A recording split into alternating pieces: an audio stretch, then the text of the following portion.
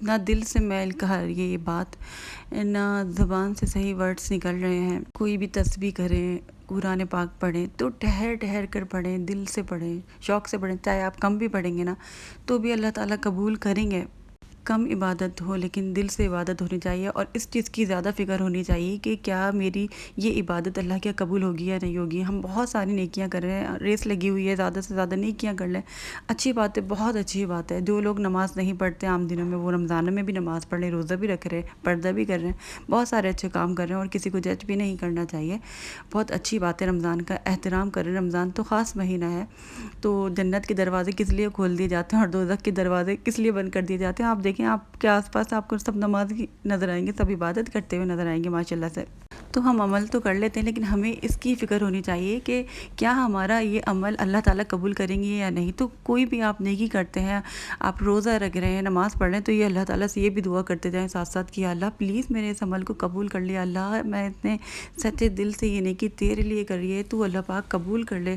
اللہ تعالیٰ سے بھیک مانگیں کہ اللہ تعالیٰ ہماری دعاؤں کو قبول کر لے۔ اللہ تعالیٰ جو بھی ہم نیکی کر رہے ہیں نا، دل سے کر رہے ہیں بہت زیادہ، تو اللہ تعالیٰ جو ہے ضرور قبول کریں گے۔ یہ بھی ساتھ میں دعا کریں۔ تو قبولیت کی دعا بھی میں آپ کو بتاتی ہوں کہ آپ نے کیا دعا پڑھنی ہے۔ آپ نے یہ دعا پڑھنی ہے، ربنا تقبل منا انک انت السمیع العلیم، ربنا تقبل منا انک انت السمیع العلیم۔ اور یہ چھوٹی سی دعا ہے، میں آپ کو لکھ کر بھی بتا دوں گی، تو آپ ان چھوٹی چھوٹی سی دعاؤں کو یاد کر لیں۔ انشاءاللہ تعالیٰ جو ہے رمضانوں میں آپ کے بہت زیادہ کام آئیں گی، اور اللہ تعالیٰ ہم سب کی ٹوٹی پھوٹی عبادتوں کو قبول منظور فرمائے۔ ہم پرفیکٹ نہیں ہیں، لیکن ہم کوشش کر رہے ہیں، ہم کوشش کر رہے ہیں کہ جتنی زیادہ ہم سے عبادت ہو سکے، اللہ تعالیٰ جتنی ہماری عبادت کو قبول کر لے۔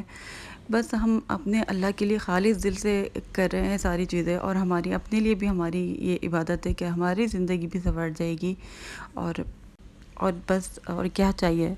میں جو آپ کو یہ دعائیں بتا رہی ہوں، یہ چھوٹی چھوٹی سی دعائیں ہیں۔ آئی ایم شیور آپ لوگ سب بہت ساری چیزیں پڑھتے ہوں گے۔ مجھے بتائیں، آپ سوچ رہے ہوں گے کہ اتنے سارے اذکار بتائیں، کنفیوز ہو جاتے ہیں کون سے کریں کون سے نہیں کریں۔ زیادہ سے زیادہ جتنا ہو سکے آپ اس مہینے میں دعائیں کریں، جو بھی اور بھی اذکار کے بارے میں آپ کو بتاؤں گی، اور کون سے اذکار آپ کو کرنے چاہیے زیادہ سے زیادہ، اس کے بارے میں بھی انشاءاللہ تعالیٰ میں آپ کو ضرور بتاؤں گی۔ آپ لوگ میری ویڈیو کو دیکھتے رہیے گا، میرے ساتھ رہیے گا۔ کوشش یہی ہے کہ اس رمضان کے مہینے میں زیادہ سے زیادہ نیکی کر سکیں، اور آپ لوگ موٹیویٹ ہوتے رہیں۔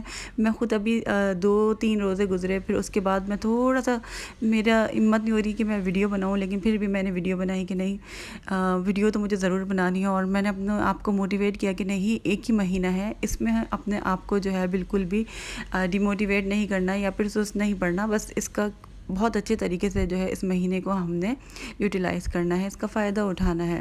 اور سال میں ایک بار آتے ہیں نا رمضان، تو اور ہم تو ہر سال جو ہے پھر انتظار کرتے رہتے ہیں کاش رمضان آ جائے، اور پھر ہم دعائیں کریں، اللہ ہماری دعائیں قبول فرمائے۔ عام دنوں میں بھی دعائیں قبول ہوتی ہیں، جو رمضان کی بات ہے وہ کوئی ایسے دن کی مطلب کوئی مہینہ ایسا نہیں ہوتا جو رمضان کا مہینہ ہوتا ہے۔ سبحان اللہ، اتنا سکون ہوتا ہے، سلامتی ہوتی ہے، اللہ تعالیٰ کی برکتیں رحمتیں ہر طرف برس رہی ہوتی ہیں۔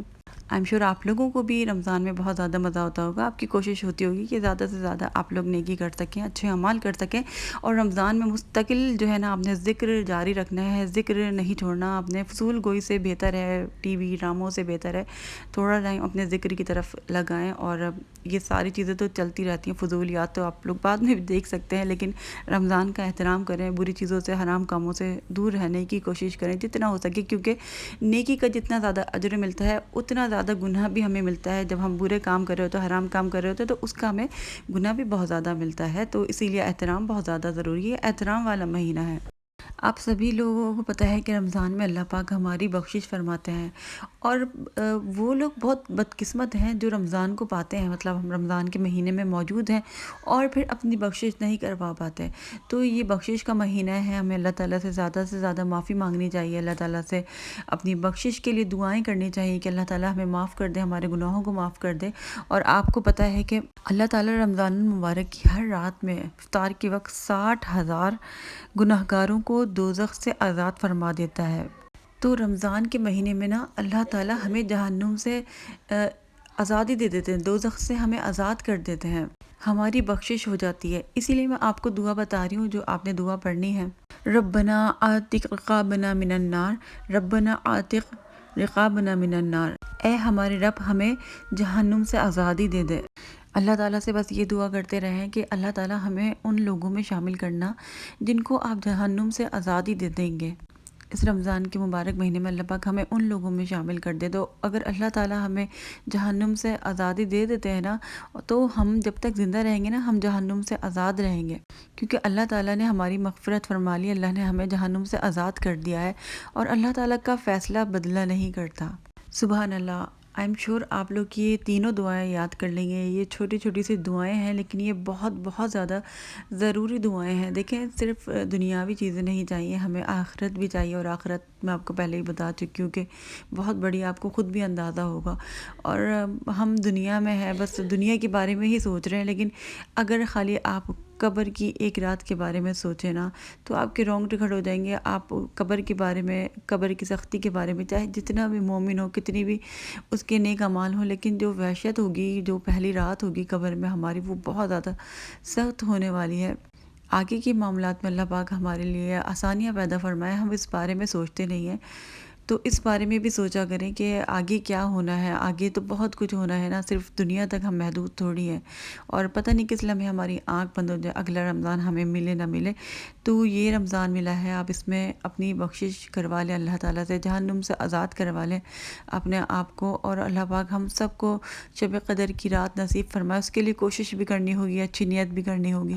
اللہ پاک دنیا اور آخرت دونوں ہمارے لیے آسان فرما دے۔ رمضان کتنی بڑی نعمت ہے، میں جتنا اس کے بارے میں پڑھتی جا رہی ہوں، یہ دعائیں میں آپ کو بتا رہی ہوں، اور میں اتنی حیران ہو رہی ہوں کہ کتنی اللہ تعالیٰ مغفرت فرماتے ہیں، کتنی رحمتوں والا مہینہ ہے، کتنی برکتوں والا مہینہ ہے، اور ہم اس کو کس طریقے سے برباد کر رہے ہیں۔ ایک ایک سیکنڈ جو ہے نا ہمارے لیے اس کا بہت زیادہ قیمتی ہونا چاہیے، ہمیں اس سے بھرپور فائدہ اٹھانا چاہیے، اور پھر اگلے رمضان ہم پتہ نہیں ہو نہ ہو، اس بات کو آپ سوچیں اور اپنے آپ کو موٹیویٹ کریں عبادت کرنے کے لیے، زیادہ سے زیادہ، صرف آخری راتوں میں نہیں، ابھی سے موٹیویٹ کریں، اور ابھی بھی آپ جاگیں، آپ صلاۃ التسبیح پڑھیں۔ بہت ساری نمازیں میں آپ کو اور بتانے جا رہی ہوں پڑھنے کے لیے، جن کو نہیں آتی ان کے لیے بھی انشاءاللہ تعالیٰ بتاؤں گی کہ کس طریقے سے آپ لوگوں نے پڑھنی ہے۔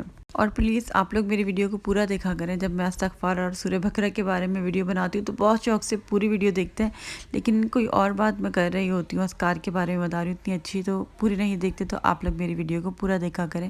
انشاءاللہ اگلے ولاگ میں ملاقات ہوگی۔ ہنی انصاری کہتی ہے کہ میرے لیے دعا کیجیے گا، مدینہ منورہ سے ریلیٹڈ جتنی بھی میری دعائیں ہیں وہ جلد بہترین ہو کر پوری ہو جائیں، میرے خواب مکمل ہو جائیں، آمین ثم آمین۔ فرحانہ کے لیے دعا کریں کہ اللہ پاک ان کو نیک اور صحت مند اولاد سے جلد نواز دے، آمین۔ رفت یاسمین کے بھائی کو اللہ پاک جلد سے جلد جاب عطا فرمائے، آمین۔ رخسانہ پروین کی تمام پریشانیوں کو اللہ پاک دور فرمائے، ان کے لیے اللہ پاک آسانیاں پیدا فرمائے، آمین۔ مہوش کی شادی کو 7 سال ہو گئے، اللہ پاک ان کو جلد سے جلد اولاد سے نواز دے، آمین ثم آمین۔